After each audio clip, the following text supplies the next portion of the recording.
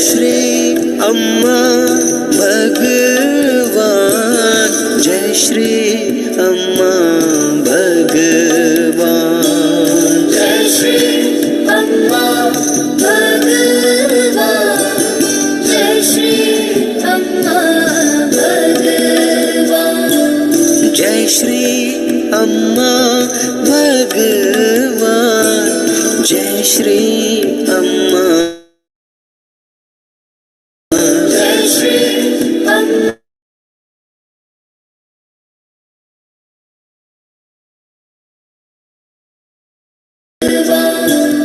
श्री अम्मा भगवान, जय श्री अम्मा भगवान, Shri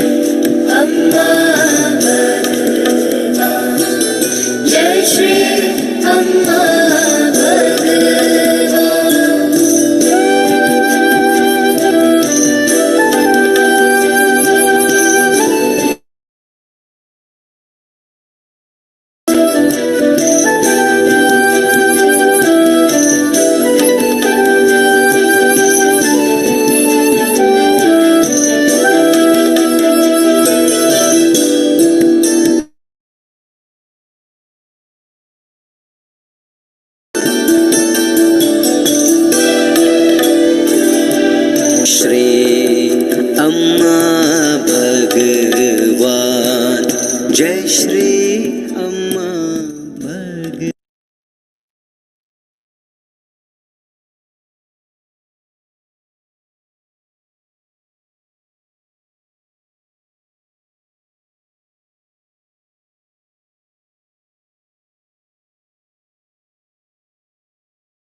We have with us an ardent devotee of Sri Amma Bhagwan, the celebrated Dr. P. Sarat Chandra, Senior Professor at the All India Institute of Medical Sciences, AIIMS, New Delhi. With 25 years of experience and over 20,000 surgeries to his credit, as team leader and in charge of the Center of Excellence for Epilepsy and Brain Mapping, he has over 300 scientific papers. His area of research is neural mapping and brain connections in relation to human behavior and functions. His research projects and lectures in over 200 international conferences make him a foremost scientist of India who has served on several national and international bodies. He is a member of the Commission for Surgical Therapy for Developing Nations and fellow UCLA Los Angeles, besides being the editor Neurology India, an executive member Indian Epilepsy Society and secretary Cerebrovascular Society, has been the former president and president Skull-Based Society of India and former president Asian Epilepsy Surgery Society.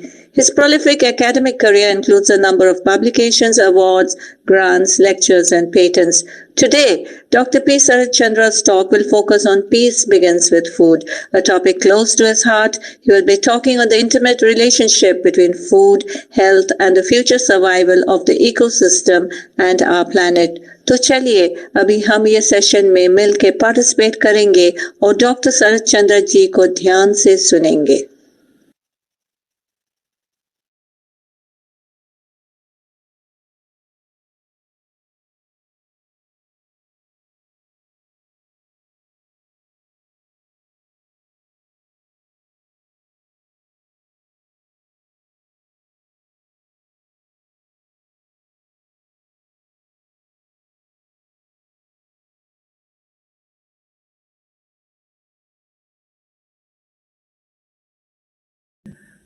So you're able to hear me, Dasaji, now? Yes, Saratji, you are audible. Okay, namaste. So I have with me some devotees because this is going to be a 1 hour long class. Try to make it as simple as possible, but I believe there could be some areas which could be a bit, and I thank them for participating in this lecture. And in between, I would ask for the feedback, the audience to also. At the outset, namaste, good morning, good afternoon, good evening, from whichever part of the planet you are seeing this program from. At the outset, I would like to express my profound sense of gratitude to Sri Amma Bhagwan Oneness Organization for having given me this opportunity to be able to talk to you on a subject which is very close to my heart since several years. on how the elusive peace we so desperately seek is so closely related to food. In fact, it begins with food, and how the type of food determines the future of this ecosystem as well as the planet. I initially thought I would speak on the intimate relationship of the food to mind and health, but then I thought let me directly focus on the effects of food to our health, which has got a direct, and how it is related to our surrounding ecosystem and also determines the future survival of this planet. I have derived my talks from various scientific publications, sources on the internet, books, as well as movie documentaries. So at the outset, I would like to make a disclaimer that my talk is not an original talk. Rather, it's been derived from a lot of sources, from books, from scientific publications, from internet, as well as from documentaries. So again, acknowledgements, my immense sense of gratitude to Sri Amma Bhagwan, whose teachings have been the source of me, from my heart, to actually follow and understand and consolidate the teachings, what I'm telling this to you today. My immense sense of gratitude to my parents who taught me to be a vegetarian right from my birth and taught me about kindness to animals since my birth. And of course, my acknowledgements will not be complete if I do not acknowledge my wife who cooks delicious vegan dishes, and my daughter who taught me a lot about vegan food. And of course, the multiple sources of published literature which I'll be quoting during my talk. Now, there is a small disclaimer where I would like to put it on record that this talk or this presentation is being made purely on my personal choice, and it is not affiliated to my professional position or to my hospital or any other institute. So again, the disclaimer that the presentation is not original. It based on facts available in public domain from various sources, from internet, scientific publications. So what I have done is I have kind of put all the knowledge together in order to provide you a seamless thought process so that you can understand very nicely and very clearly what I want to tell you today. So Sri Amma Bhagavan has always told us that the food in our plate is a miracle. We don't realize it, but it's actually one of the miracles, because even if we try to think for it for a few minutes, we can see that there are so many people who would have worked hard. Huge industry which is historically has been responsible for wars, for forging peace between people, communities, and nations. So we see that whenever there are delegates between two nations or state leaders between two nations meeting, bonding always happens over food. Now, my talk today will have three parts: on how food can make us healthy, on how they can prevent disease, on how they can make us happy. And these are the three verticals I would be concentrating on today. And whenever I finish one vertical or one topic, I would ask the devotees if they are okay, whoever is connected with me, so that then I can progress to another vertical. So please do kindly keep your patience, and also take your pens and notebooks if you want to make some notes. So let's see how food should be healthy for us. Now I will start historically.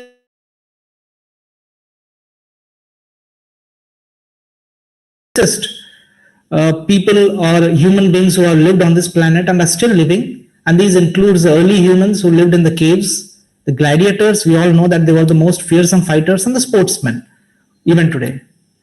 Now the question is, are the cavemen meat eaters? And this has been a question which most of the scientists thought that most of the cavemen actually ate meat, but surprisingly it is not so. And the misconception arose because most of the archaeologists in 1930s discovered bones of animals as well as tools, and they assumed that these cavemen have killed animal bones. But the fact is, most of the plants which decay very fast could not be examined at that point of time. But when technology evolved, we were able to examine the microplant fossils, and it revealed that most of the early humans actually ate plant-based diet. And this has been well established in very prestigious scientific papers. So if you see these papers, it clearly shows us that all the early human ancestors were predominantly vegetarian. Now let's go to gladiators. Now, if you know, gladiators were some of the fearsome warriors to have ever lived on this planet, because their survival depended upon their strength, And most of the gladiators used to die on hand-to-hand combat within the arenas during the Roman Empire. And now there is a place in Turkey called Ephesus, which happens to be a gladiator graveyard where a lot of gladiators have been buried. And here examination of 68 gladiators and examination over 5,000 bones have shown that these bones indeed have high bone density and strength, and they also have high levels of strontium, and this suggested that the gladiators were kept predominantly on a vegetarian diet. So strontium is a chemical or a element. If it is high, if it is high levels in bones, it indicates that these people are vegetarian. And this has been again published in various reputed scientific journals. And in fact, they were on a diet consisting of diet and barley and beans, diet of barley and beans, and they used to take plant ash or bone ash for calcium sources. That's the only perhaps animal source they used to have, but mostly they were on a vegetarian diet. Now let's look at sportsmen. Now, whenever we think of sportsmen, we conjure an image that most of the sportsmen are meat eaters. They eat a lot of meat in order to keep them strong, in order for them to have a lot of stamina. But in 1908, what happened was there was a British athlete called Emil Watt who won the 5-mile event, and he stunned everybody because he was a complete vegan. And people were stunned by the fact that him being a wiry vegetarian from Manchester was able to win the athletics, and he was the first British athlete to have won the athletics heritage plaque. And then some years later, we had Pavo, who won about 9 gold medals and 22 world records. He was a complete vegan. And then Murray Rose from Australia, who was also vegan. And more recently, we have so many of the athletes like Edwin Moses, Carl Lewis, Morgan Mitchell. And she says that my energy level increases and stamina increases immensely when I turned very vegan. And similarly, the 8-time US cycling champion who says that her stamina increased like anything when she became a vegan, and she practically became like a machine. Now let us go to some big people. We have been speaking about people who are wiry and thin, have a lot of stamina, but is it possible for one to develop huge bulk of muscles eating vegan food, which is a misconception many people have. People think that eating vegan, you just cannot develop muscles. So look at these examples. Kendrick Farris, the only weightlifter to represent US in 2012 and 16 Olympics. And he was a pure vegan. Patrick Baumian, he's said to be one of the strongest people on the planet. He is a complete vegan. And Arnold Schwarzenegger, the well-reputed Hollywood actor who has acted in so many movies and was ex-governor of California, has turned now into 99% vegan. And these are the examples of several other athletes, not several, I would say several other people who have developed such muscles who are again vegan. And you go on the internet, the examples are limitless. You'll find so many people, so many sportsmen who have turned vegan. And in India, our very own Virat Kohli and Sunil Chhetri are complete vegan. So the question is, who said that meat is healthy? Where did that concept start, that eating meat produces muscles, produces stamina, allows one to become very strong? Where did that concept start from? So interestingly, if you look back in 1800, Justus von Liebig from Britain, he is said to be the father of the modern agriculture. He said that vegetarians theoretically are incapable of prolonged exercise, and I don't know on what basis, it was just an assumption. And he suggested that muscular energy came from meat. And based on this, he created his own Liebig's extract of meat, which was a company. And in order to promote this meat extract, he created a lot of things like table cards, menu cards, children games, card sets, calendars, posters, and this would be put in various hotels in order to encourage this meat extract. And the meat extract became so popular that practically everyone was eating it at that point of time in Britain. And in fact, if you look at the food pyramid, which is recommended by the USDA, where you see all the food items and then you also find a meat in one corner of the food pyramid. This addition of this meat item over there was based on Liebig's idea, and USA recommended meat based on the Liebig's idea, which again, came from just an assumption. But later on, it has been clearly shown that Liebig's meat extract contained virtually no trace of any kind of nutrients. It does not have fats, gelatin, proteins. In fact, it was completely useless. But at one point of time, during the influenza pandemic, during the bubonic plague, people used to think that unless they eat this meat extract, they would not get all right. And later on, it has been shown that most of the theories, what Liebig proposed, was false. And today we know that muscular energy does not come from meat. It comes from carbohydrates. So basically, carbohydrates are converted into glycogen and they provide us muscular energy. So people who eat a plant-based diet are able to ingest more of carbohydrates and they end up having more of stamina, more of muscular energy, paradoxically. And this is a misconception. People who eat fundamentally animal-based diet eat more of proteins and less of carbs. So as a result, they have loss of energy, loss of stamina, and fatigue. And this has been shown in paper after paper. If you go into the PubMed, you'll find paper after paper showing this fact. But unfortunately, the concept that Liebig introduced, that meat is very good, it provides muscular energy, it enhances your muscles, it makes a man out of you, stuck in the minds of people. And then the meat industry grew by leaps and bounds, and you have these advertisements like, one should eat like a man, not like a rabbit. And then it showed this woman who were athletic, the family is eating meat. And again, advertisement showing that you should eat like a man. And again, advertisement showing soldiers eating meat. So this concept, unfortunately, stuck. So people, it went into the subconscious, or it went into the mindset of the people that one has to consume meat in order to remain healthy. Now the question is, how healthy is meat? Is it really healthy? Now let's understand one fundamental basis.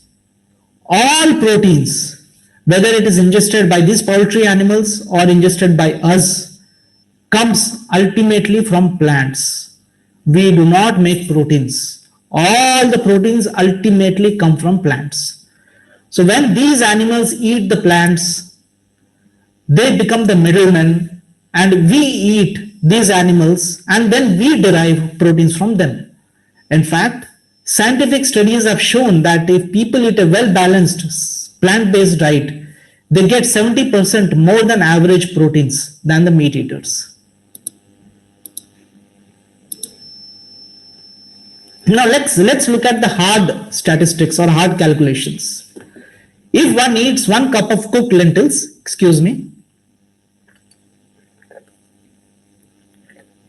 if one eats 1 cup of cooked lentils or 1 peanut butter sandwich, this is equivalent in its protein content to 3 ounces of beef or 3 eggs.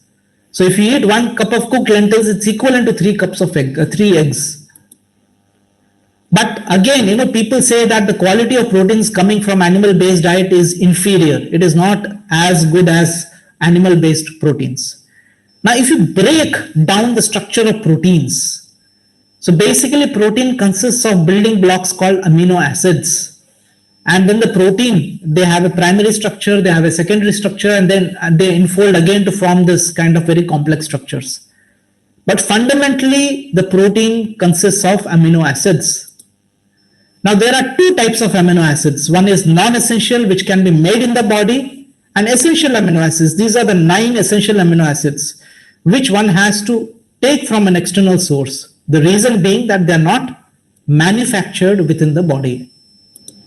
Now, people have a misconception that plant-based diet do not have a complete set of essential amino acids. But it's been shown by publication after publication that by eating a diverse diet of vegetables, grains, and legumes, you can easily complete your entire set of essential amino acids.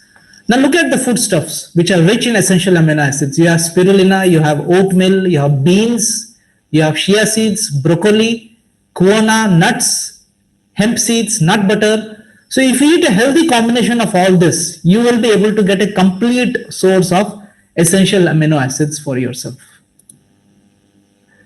Now, what about the quality of animal proteins? People think that eating animal proteins is again, very strong. Why should we eat plant? We are getting ready-made animal proteins. Now, let's look at the baggage with which the animal proteins come. So we have plants and the animals consume these proteins. Now, every animal has to consume 6 times the amount of plant proteins in order to give us one time the amount of protein to human beings. So the ratio is 6 times. So it's a highly ineffective mechanism. And with each animal-based diet, we are wasting 25 liters of water. So bottom line is, if we eat animal-based diet, we are actually utilizing a very poor broker or a middleman. It's like you want to buy a house. So the builder is selling it for 1 CR. And then you are contacting a middleman and he says it's 3 CR. And then you're giving so much of money and buying from the middleman. And not only that, when you are using the animal proteins, they come with a baggage of toxins, they come with a baggage of carcinogens which can produce cancers, they come with a baggage of unhealthy fats. So it's like buying a house. Yes, I heard somebody speak. Am I audible? Yes, yes. Yes. Okay. So if we consume animals, they give us a baggage of toxins, carcinogen, and unhealthy fats, which leads us to diseases. And this I will be speaking to you a few minutes from now.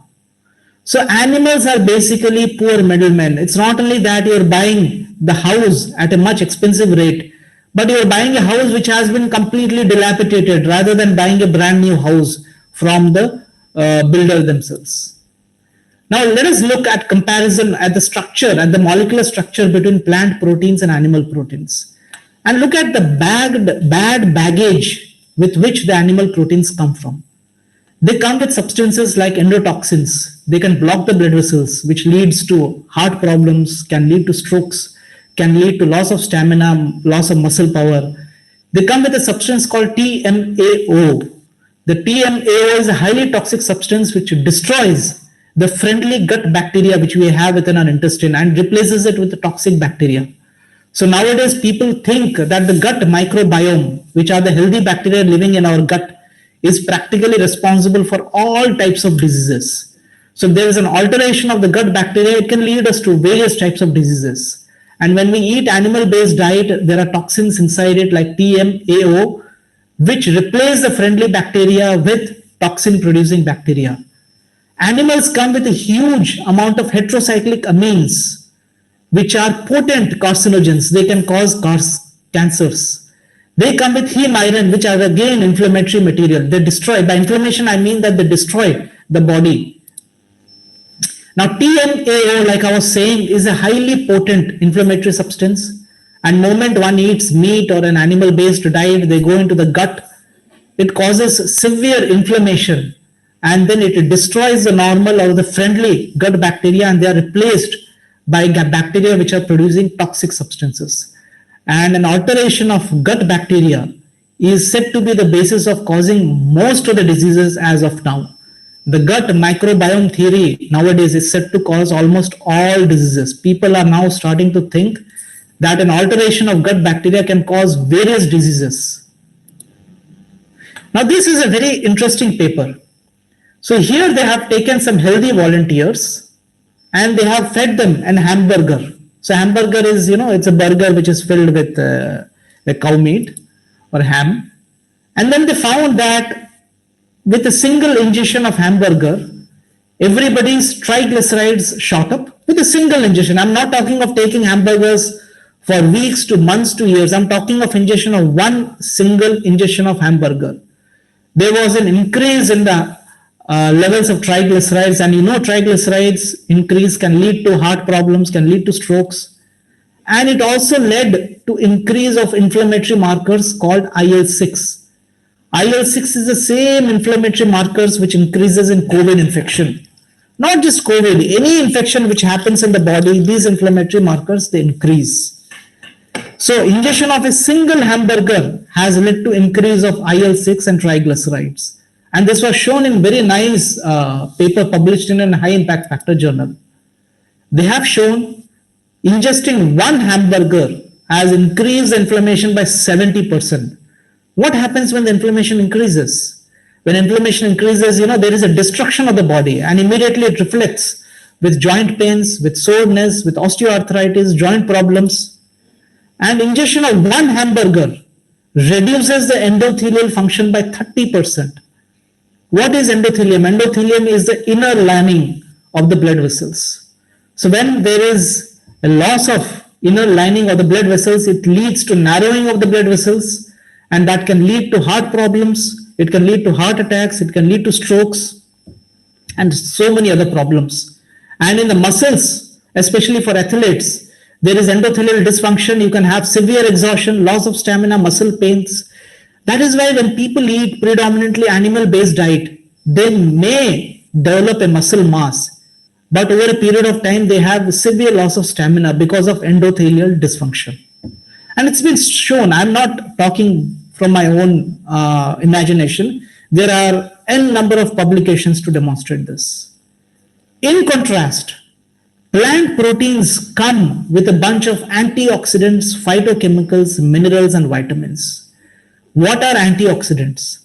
So one has to understand that every time there is a disease and when cells die within our body, there are released something called as free radicals, and these free radicals are extremely toxic substances. In fact, free radicals are also been implicated for aging process. They say that there is a release of free radicals and this actually leads to aging process. So if you eat plant-based diets, they have a counter substance called antioxidants, which can very nicely neutralize these free radicals. So they will heal and fight inflammation. They will optimize the gut microbiome. They will enhance the regeneration of friendly gut bacteria. They will improve the blood supply. And most of the antioxidants are from a plant-based diet. So these are the foods which are rich in antioxidants, and these are the foods which have also been suggested to be taken during COVID because they enhance immunity and they also provide a lot of antioxidants which are also necessary to fight COVID. So even in COVID, the cytokine reaction which happens is because of release of free radicals. And if you need to fight them, you need to take foods which are rich in antioxidants. And if you consume this food, it will heal you, it will increase your stamina, and it will even slow down your aging. And in the same study, they have shown that by replacing the hamburger with an avocado, there was a 70% reversal of inflammation in 1 week. I'm not talking of days, weeks, and months or years. I'm talking of 1 week finding. There was a reversal of inflammation by 70%, and again, endothelial dysfunction has reduced by almost 30% in week 3. And there are n number of scientific publications which have shown this, refuted this fact. So what are the myths which need to be busted? The first myth is you don't need to consume every essential amino acid with every plant-based diet. If you eat a proper mix of healthy plant-based diet, you will be able to get all the essential amino acids for your diet. Animal proteins are not of higher quality. In fact, they come with a very bad baggage of toxins, with carcinogens, with cancer-producing substances, and there is something else called as insulin growth factor, insulin-like growth factor, which is called as IGF-1. Now, there is a hypothesis that there are dormant cancer cells in all of us. So there is a hypothesis that all of us have cancer cells, but they're sleeping. That is what is meant by dormant. And once they are exposed to this insulin-like growth factor, there is a sudden activity of cancer cells. And this has been shown in laboratory conditions. So in laboratory conditions, they have taken these petri dishes, they have put cancer cells there, sleeping cancer cells or dormant cancer cells there, and they have exposed it to insulin-like growth factor. And then they suddenly found that there was an enhanced activity of the cancer cells and they start multiplying very fast. So animals have been, at least on experimental settings, they have been shown that the IGF-1, which is there in animal diet, can trigger off the sleeping cancer cells to convert them into active cancer cells. Excuse me. So a whole food based on containing all essential amino acids more than enough for you. There is another misconception that only vegans need supplements. Now the bottom line is everybody needs supplements nowadays because we are eating super washed foods. We're eating foods which have been completely washed of all the nutrients, and I'll talk about it a bit later. There is also another misconception that vegans need dairy milk to get calcium. And those advertisements literally got you. So one has to understand that green leafy vegetables, tofu, have better calcium than dairy milk. So look at the calcium rich plant diets. So you can eat collard greens, broccoli, kale, oranges, soya, bok choy, figs. These are highly nutritious in calcium. And then there is another concern regarding vitamin D. So as you know, vitamin D is an essential supplement which we require, and it is made in sunlight. But now vitamin D is deficient in most of us because all of us are restricting our outdoor activities. We no more go out. In India, even though we get a lot of sunlight, but unfortunately we are now sitting behind the computers in air-conditioned rooms. And that's the reason why most of the Indians are deficient in vitamin D. So a deficiency of vitamin D can lead to weak bones. Not only weak bones, they can also precipitate malignancy. And if you look at sources of vitamin D, you have mushrooms. Mushrooms are also rich sources of selenium. And then you have fortified soya milk or fortified almond milk or fortified orange juice. And of course, do not hesitate to have plenty of sunshine. If you take plenty of sunshine, it will definitely build up your vitamin D. And do not hesitate to take external supplements because they're easily available. Now come to the question of vitamin B12. People say that why do vegans have low level of vitamin B12? Now, this is the missing piece of puzzle. So what you have to understand is that vitamin B12 is neither produced by plants or neither it is produced by animals. They are produced by certain bacteria around the roots of plants. Now, in the earlier days when people used to consume vegetables, they wouldn't wash it so much. And as a result, we would consume those bacteria, and as a result, we would have enough vitamin B12. But nowadays, because of the use of herbicides, because of the use of pesticides, all the vegetables are super washed. So as a result, all this bacteria containing vitamin B12 are killed. So as a result, we do not have enough vitamin B12 supplements. And this can be easily fulfilled by taking vitamin B12 supplements. And again, I have found that these are the rich plant sources of vitamin B12, what I mentioned here. So I have now finished the first part where I have spoken on how you should stay healthy. So summarizing, if you take plant-based diet, they come with a baggage which is very good. They have antioxidants, they have minerals, they have phytochemicals, and you are ingesting the proteins directly from nature. Whereas if you are ingesting animal-based proteins, you are ingesting proteins which is absolutely ineffective because a plant needs to eat 6 times the amount of protein in order for you to get 1 time the protein from the plant. And animal-based diet comes with a baggage of endotoxins, with the heterocyclic amines which are carcinogens.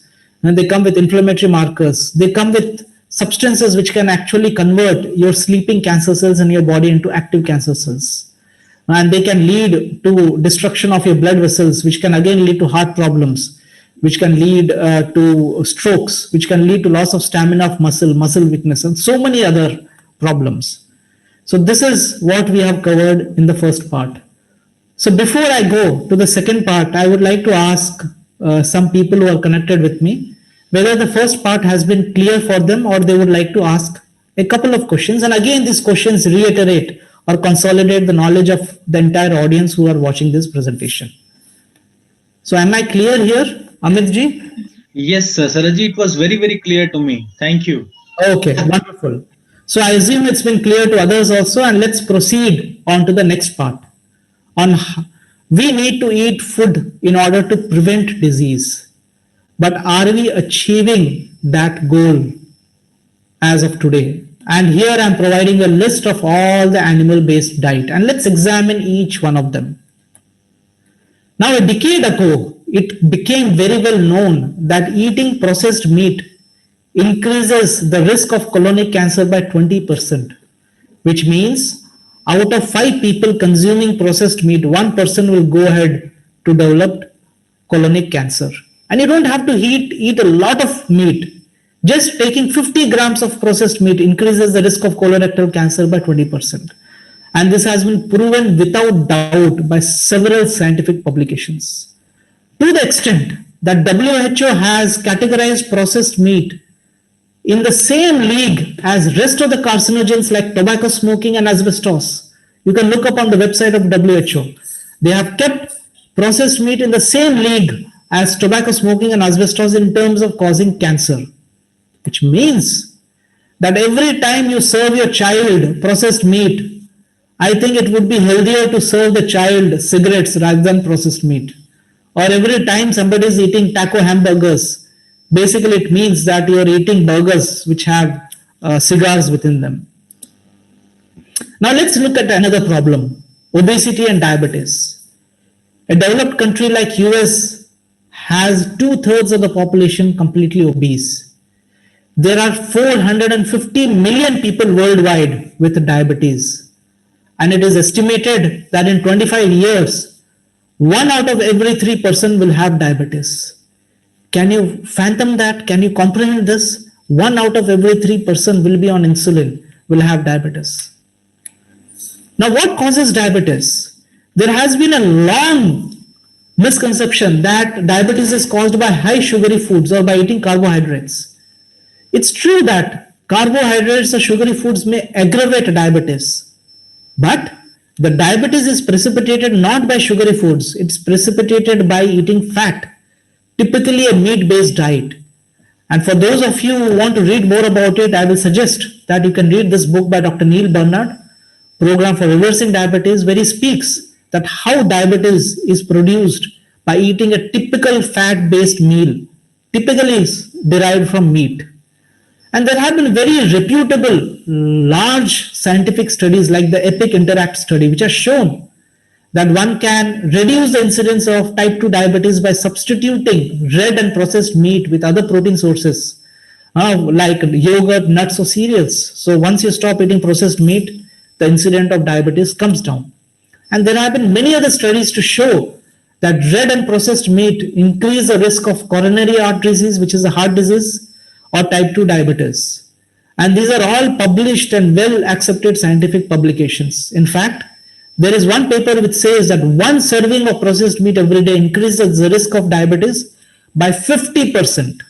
Just 1 serving of processed meat. So if you look at processed meat, not only it causes cancers in 1/5 of the people, and it's recognized by WHO, but it releases toxins in the gut. It gets deposited in the blood vessels, like I've told you earlier, and leads to a host of problems like dementia, loss of memory, strokes, heart attacks, and diabetes. Then people say, okay, red meat is bad. Let's talk about white meat. So this chicken is white meat. Why can't we eat? Because white meat is healthy. And again, this is a misconception which has been generated by false advertising. You have to understand that all the processed chicken, there is large quantity of sodium injected into it. In fact, each chicken has about 800 milligrams of sodium injected inside it. And ingestion of sodium can lead to a lot of diseases, including blood pressure. And all the fast food outlets have chicken loaded with heterocyclic amines. And this is a potent carcinogen. It causes cancer and it doesn't get destroyed whether you heat it or you cook it. And it's from chicken. And look at the scientific literature.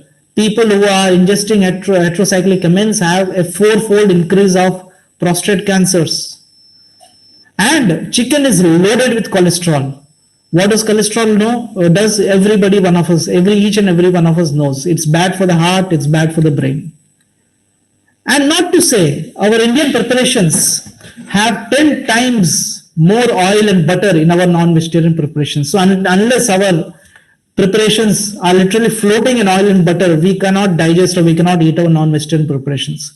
So it's only left to your imagination of the kind of havoc and damage it produces on the body. People again say that, in my family, nobody's had a heart attack, so I will not have, my genes are very strong. Yes, genetics could play a role, but you have to understand the most important triggering factor are environmental factors. And in the environmental factor, food is the most important triggering factor for a disease. Now let's look at eggs. Some time ago, the egg industry went on promoting eggs, saying that eggs are very healthy. Now, if you look at the yolk of the egg, which is a yellow portion of the egg, it's nothing but a concentrate of cholesterol and saturated fat. Now, all of us know what cholesterol does to our heart as well as to the brain. But then people say that saturated fats are okay now. There are so many publications saying saturated fats are okay. But you have to understand it's not just saturated fat.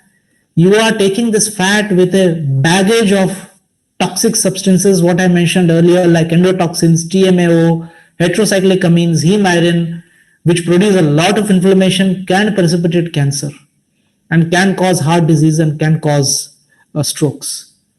And surprisingly, if you look at papers which say that saturated fats are okay, I have gone through a lot of them. They are supported by the very organizations against whom we are saying that they should not be consumed. For instance, this paper which says that this study has shown that saturated fats are okay and is supported by whom? By the National Dairy Council. Similarly, there is another paper which is funded by the Egg Board and Egg Nutrition Center. So the very industry against whom we are trying to find out that whether these foods are good or bad is actually supporting the scientific papers. It's like asking the tobacco industry to let us know the benefits of smoking. They will always say that smoking is, have their way, they will always say that smoking is healthy for your health. And that is what was happening in 1940s, and I will tell you about it in a few minutes from now. Now let's come to cow's milk. I think as a country, we are obsessed with cow's milk. Our mothers will not let our children sleep at night unless they have given a full glass of cow's milk. And cow's milk is an occasion we have to drink 4 or 5 teas, which is filled with milk, sugar, and unless we consume teas or coffees like that, we are not happy. But the fact is, cow's milk is for the calf. It's not for humans. Humans is the only animal on this planet which drinks milk from another animal. And how cheesy and how freaky is that? And how pervert is that? No other animal on this planet drinks the milk of another baby.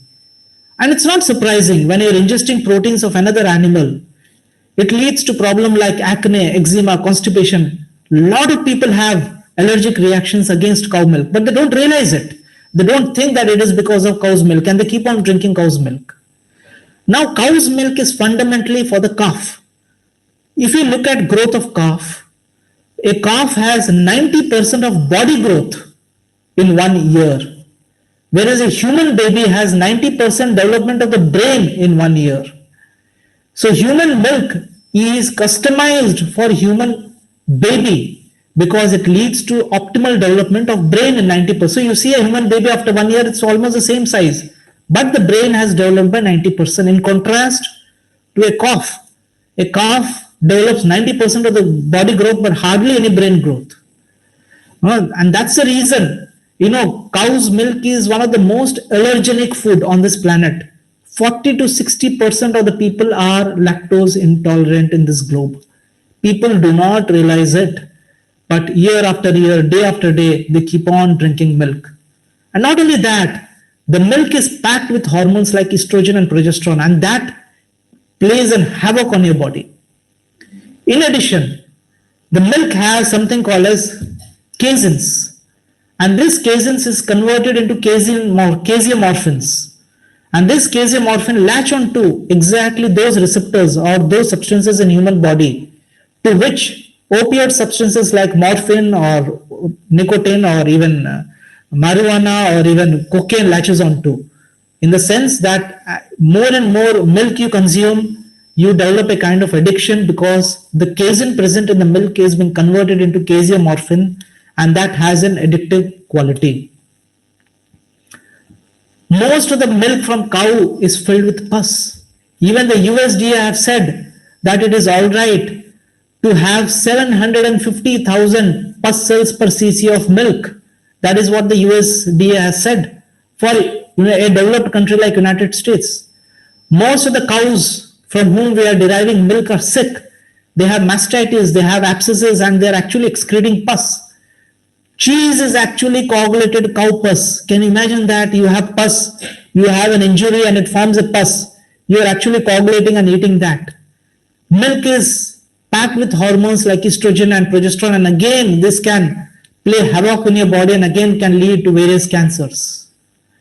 So, this study shows that milk can play havoc on your body and it reduces your own testosterone and estrogen, and again, that leads to infertility.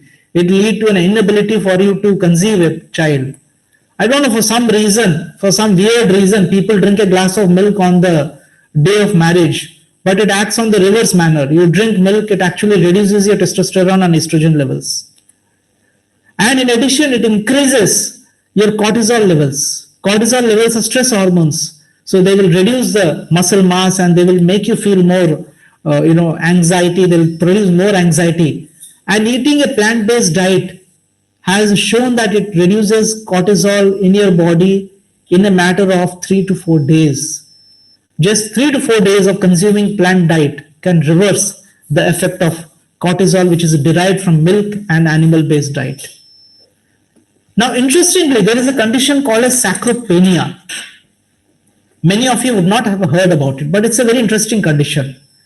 It's a condition where people, as they age, they develop extreme amount of muscle loss, muscle atrophy, and baggy skin. So you would have seen some individuals who by the age of 60, 70 would look almost like 80 years of age because there is a severe atrophy of muscles. So muscles are completely lost and they have this baggy skin. So by the time they're 65, they look as if they're 90 years old. This condition medically is called as sarcopenia. So it's a extreme loss of muscle mass. It's a disproportionate loss of muscle mass. You see some people, even if they're 80 years, they look absolutely young. They don't have so much of wrinkles or loss of muscle mass or sagging of skin.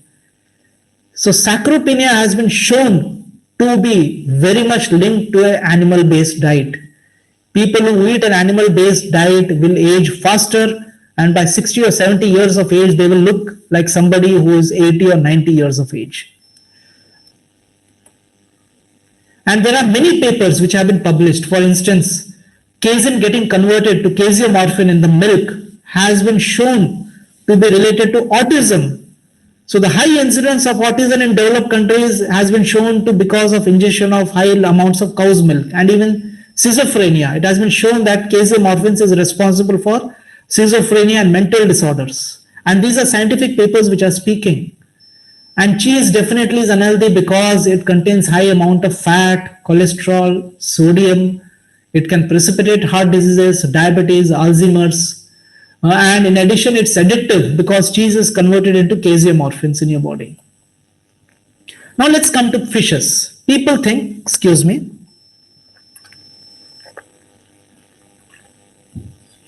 So people think fishes are healthy. Okay, they could be healthy by their own. But the fact is, most of our fishes as of now are loaded with a highly toxic, carcinogenic, cancer-producing substance called as methyl mercury. So most of the fishes have high levels of mercury. Every fish has mercury. There are fishes which have low levels of mercury. There are fishes which have high levels of mercury. But the bottom line is that fishes are loaded with mercury. And in fact, if you take fishes from Indian rivers, not only they have high levels of mercury, but they also have this herbicides, pesticides, factory effluents. And there are villages down West Bengal where they have a high incidence of cancer because they predominantly live on fish diet, which are fished out of this highly polluted rivers, and they're loaded with mercury, pesticides, and herbicides. And then people think that fishes are low in cholesterol. Maybe some kind of fishes like tuna. But there are other fishes which has much more cholesterol than a pork chop or even an egg or a chicken. So fishes are unhealthy because they have high levels of toxins like mercury, pesticides, and herbicides. Farm fishes are no better because they're fed again with antibiotics and antifungal drugs, and you're again ingesting them. And there are so many publications which have shown the bad effect or the deleterious effects of methyl mercury. It can cause breast cancer. It can cause dementias or cognitive deficits and so many other problems. And now let us come to the final catch. which is the effect of environmental pollution on meat and dairy products. Now, most of the factories in their smoke, they produce a substance called as a dioxin. And this is hardly talked about, but if you look in the literature, it's very well mentioned. Dioxin is the most toxic man-made substance on this planet. And it can cause all kinds of cancers in the body, all kinds of cancers. If a person breathes factory air, he will perhaps take 14 years to have dioxin levels in their body. But if he eats an animal-based diet like poultry, like cow or a sheep or a chicken, or even milk and dairy products, he is going to, in a very short period of time, his body is going to get loaded with dioxins. And why does this happen? Because the cows eat grass which is not washed. It is loaded with dioxin. The sheep eat grass because it is again loaded with the dioxin. We wash our vegetables, but the cows, we don't wash the vegetables and give it to cows. And this dioxin goes and gets deposited within the poultry. And you have to understand, once you have dioxin in your body, there is no way you can excrete the dioxin. It's there permanently in your body. It will stay in your body till it produces cancer. The only way that a lady could remove some of the dioxins from her body is through childbirth, where a lot of dioxins will go along with the child, or through breastfeeding. There is no other way for a man to remove dioxins from his or her body, from his body. And you have to understand, eating poultry products, eating meat is perhaps the fastest way to get dioxin toxicity, because we do not wash the vegetables or the grass which we feed to the animals. And there are a host of other diseases which are associated, called as zoonotic diseases. I will not mention them, but I will definitely talk about brucellosis, which was an epidemic recently. It can cause flu-like symptoms, fever, weakness, malaise, very similar to COVID. It had come out in newspapers. And we are very well aware about the swine influenza virus and COVID-19 through which we are going. Again, it has been a jump from bats. I will not complete my talk without telling you something about prion diseases, because this is something which people rarely know or understand. And it has a very interesting story. So excuse me and let me sip some water.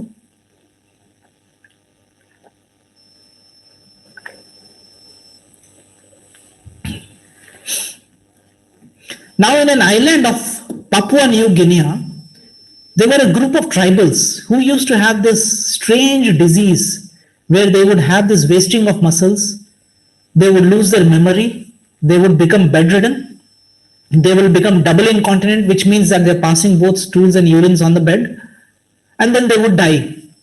And they would get the disease by the time they were just 10 or 15 years of age. And this tribe was known, and this disease was called as Kuru. And then this scientist called Dr. Gadjusek, he got a Nobel Prize for this. He went and spent several years with these tribal people. And then he found a strange custom that these tribal people had.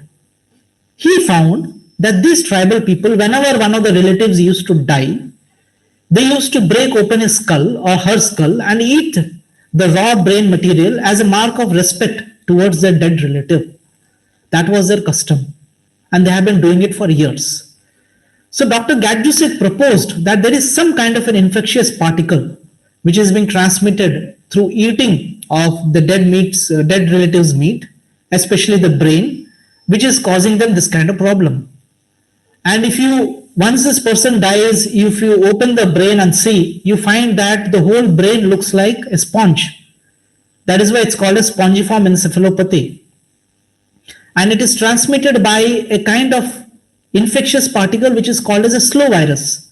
This virus cannot be killed by heating or by cooking, because it's not an infectious particle, but it goes inside. It is a degree less. Even virus is not a live particle, but this is a degree less than the usual viral infections.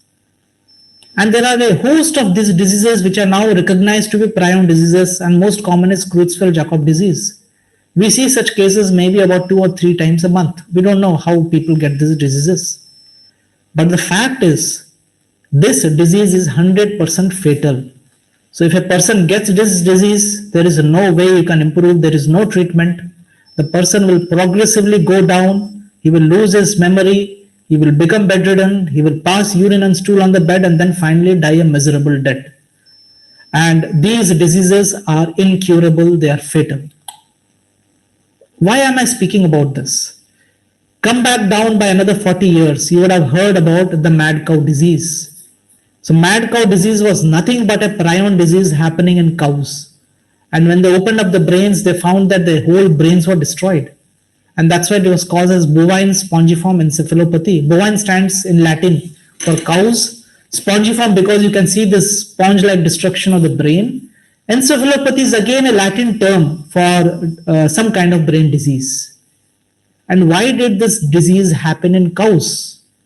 It happened in cows because when these cows were butchered, all the residue meat was put in a grinder. They used to create a liquid gruel and they used to feed the other cows before they were being butchered. Can you imagine a more cruel thing happening? Where rather than feeding plants to the cow, you are actually feeding a dead gruel of its relatives, of its butchered relatives.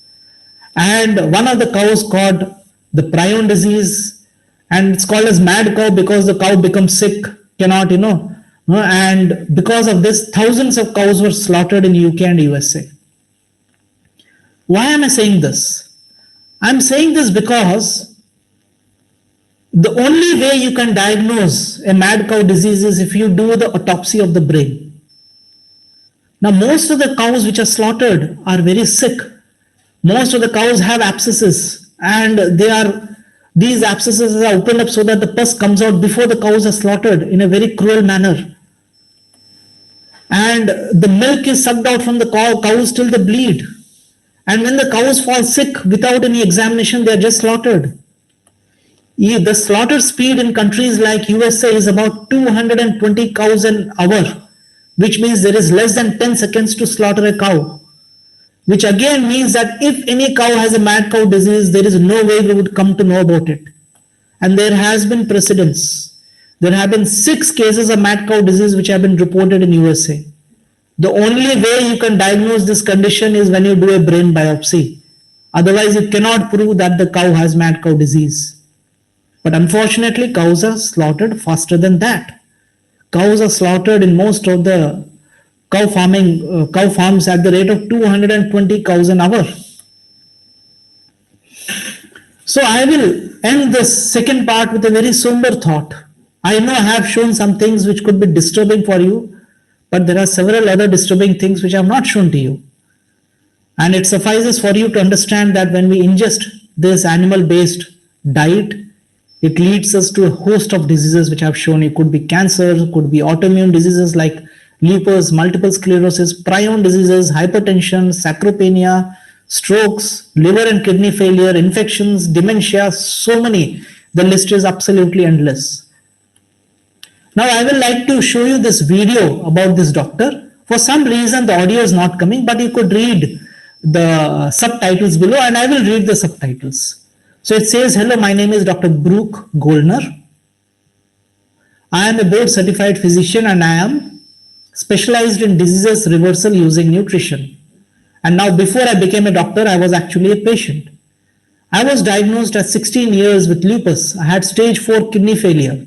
I had blood clots that caused mini strokes that I had endured for years of chemotherapy, steroids.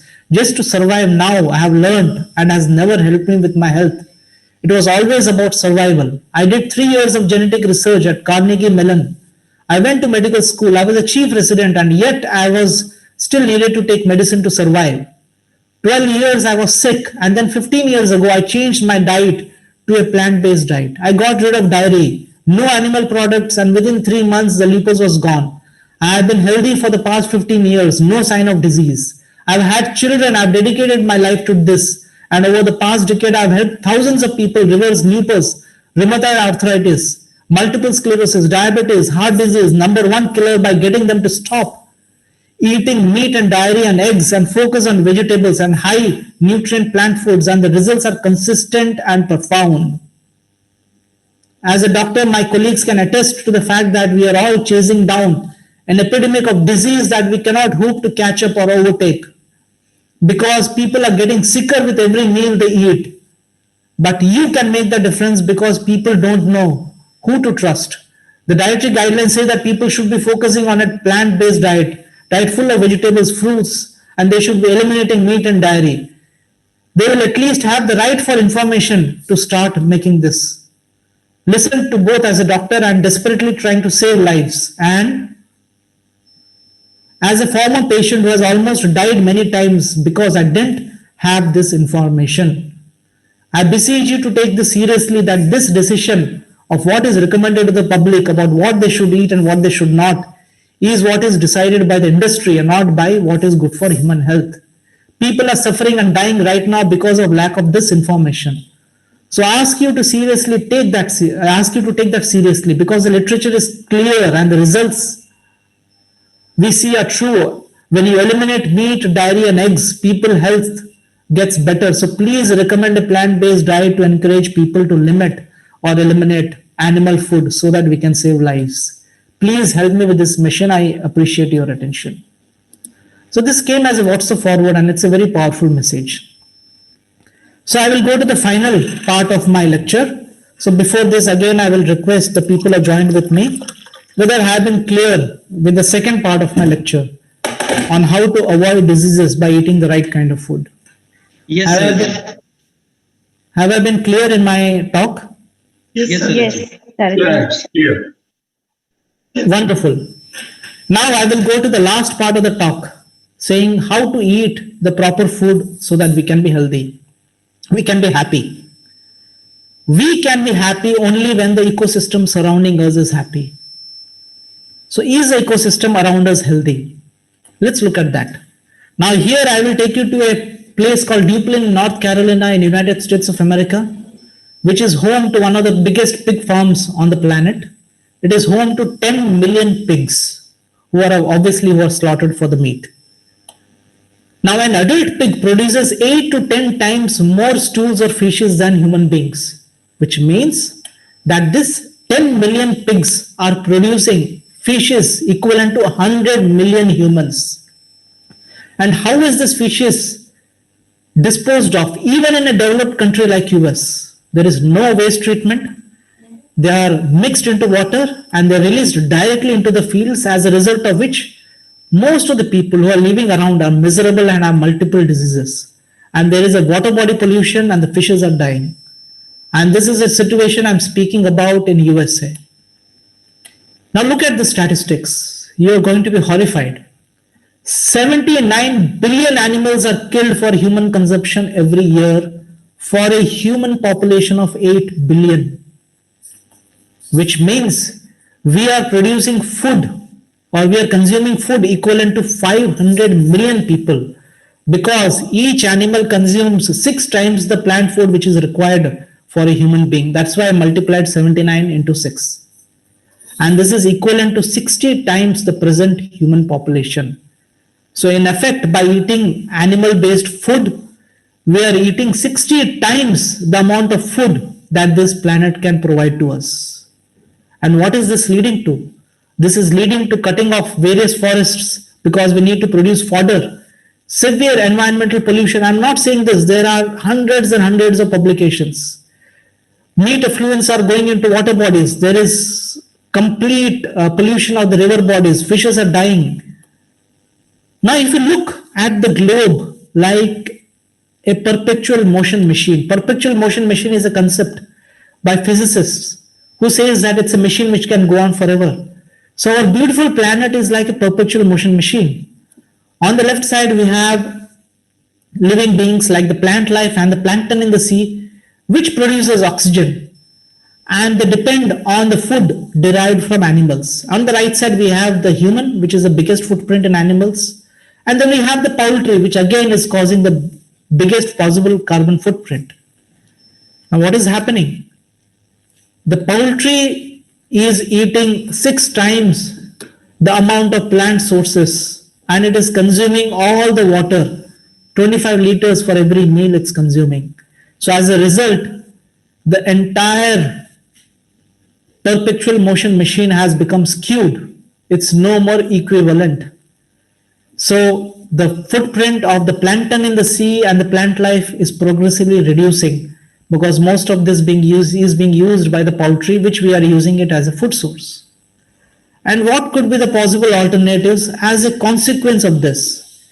There are only two consequences of this. There is no third consequence. The first consequence is that obviously the whole planet may stop. That could be the end of all. Or we could get eliminated. That's the only way. These are the only two options which can happen. If the world was to go on to a plant-based diet today, we would create a green space equivalent to the size of Africa. And that itself is enough to counter the all vehicular traffic and environmental pollution. We don't need to do anything else. So the question is, how do I start? There are people who have been eating meat for years. They just cannot live without meat. But you have to understand that there have been people who have switched over from an animal-based diet to plant-based diet. I think it starts with you. This lecture has to create a big impact with you. And you should create a plan for gradual transition like Arnold Schwarzenegger introduced for people who are eating animal-based diet. I'm not talking about people who are eating only plant-based diet. So he introduced the concept of meatless Mondays. And look at this, what this meatless Monday says. So going meatless on Monday will reduce your heart disease, obesity, risk of cancer, stroke, diabetes. Will save 133 gallons of water, save water. Will save energy, will reduce the carbon footprint by 8 pounds. Will reduce a family's grocery budget by $4 by going meatless on Mondays. And if all Americans participated, it would prevent billions of animals going or being farm produced. Develop a habit of taking a healthy mix of vegetable, carbs, and etc. Take adequate supplements like vitamin D3, B12, algae-based omega oils. These are easily available over the counter. Do not hesitate to speak to your friends and family. I see that there are certain interactions where you just cannot speak about vegetarian diet. People will just laugh off this. They say, ho ho ho ho.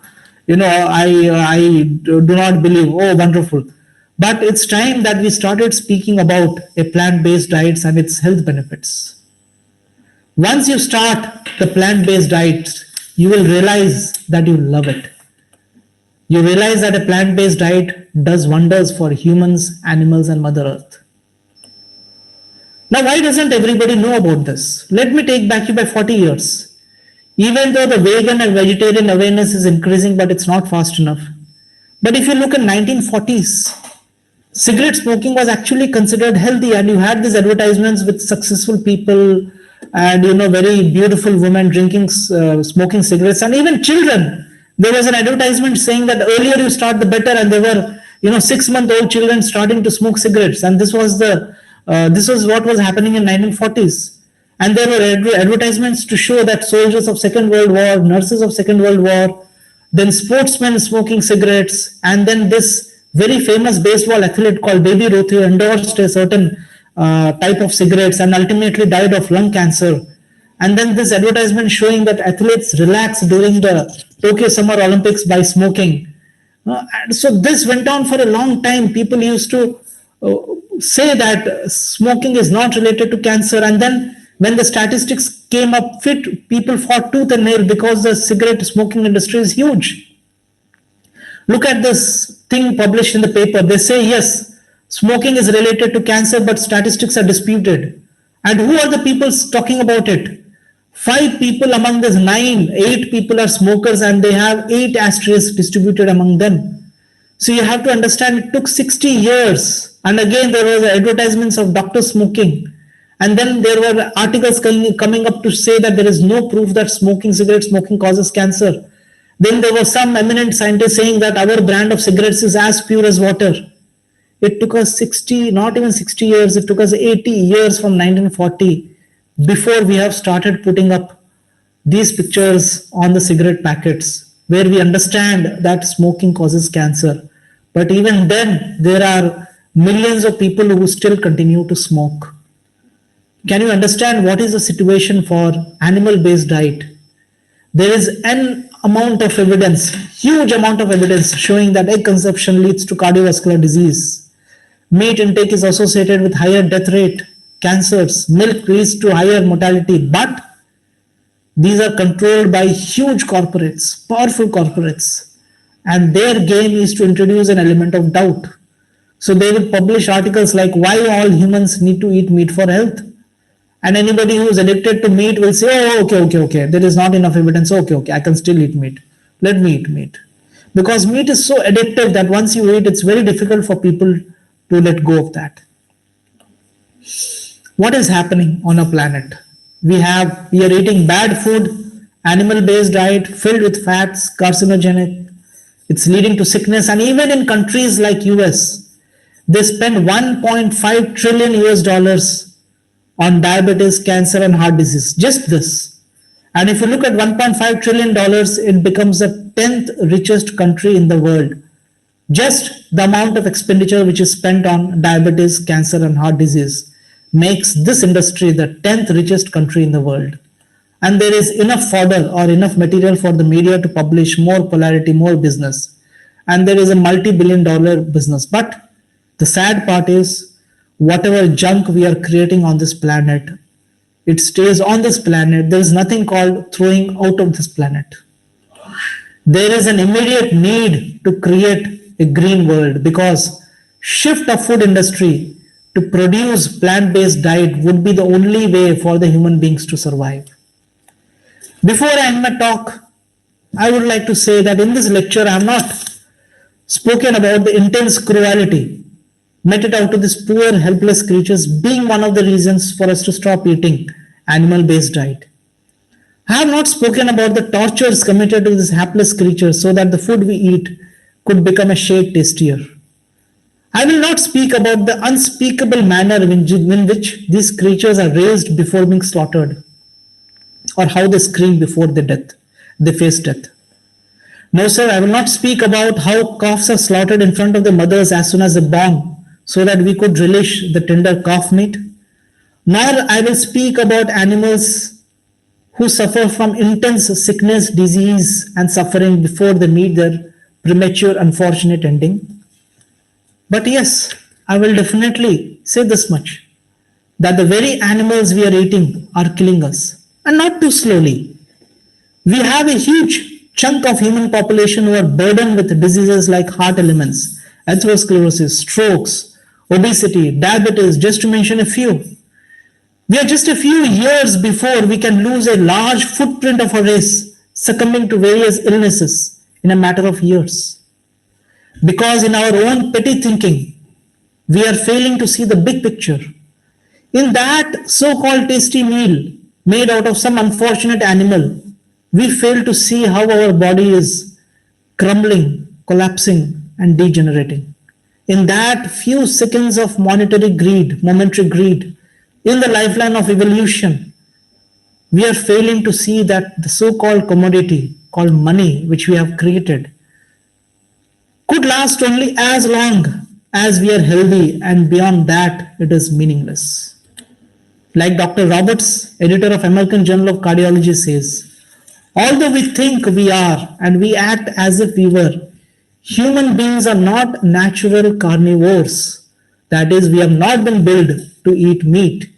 When we kill animals to eat them, they end up killing us, because in their flesh, it contains cholesterol, saturated fat, which was never meant or intended for human beings who are natural herbivores or plant-based eaters.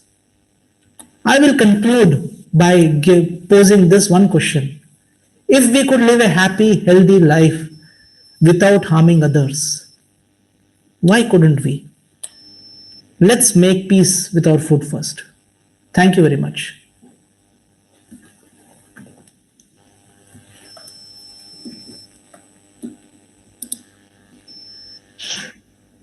Thank you, Dr. Saab. Thank you. Dasaji, are you online? Yes, Sharatji. Yes, Sharatji. Thank you so much, Sharatji.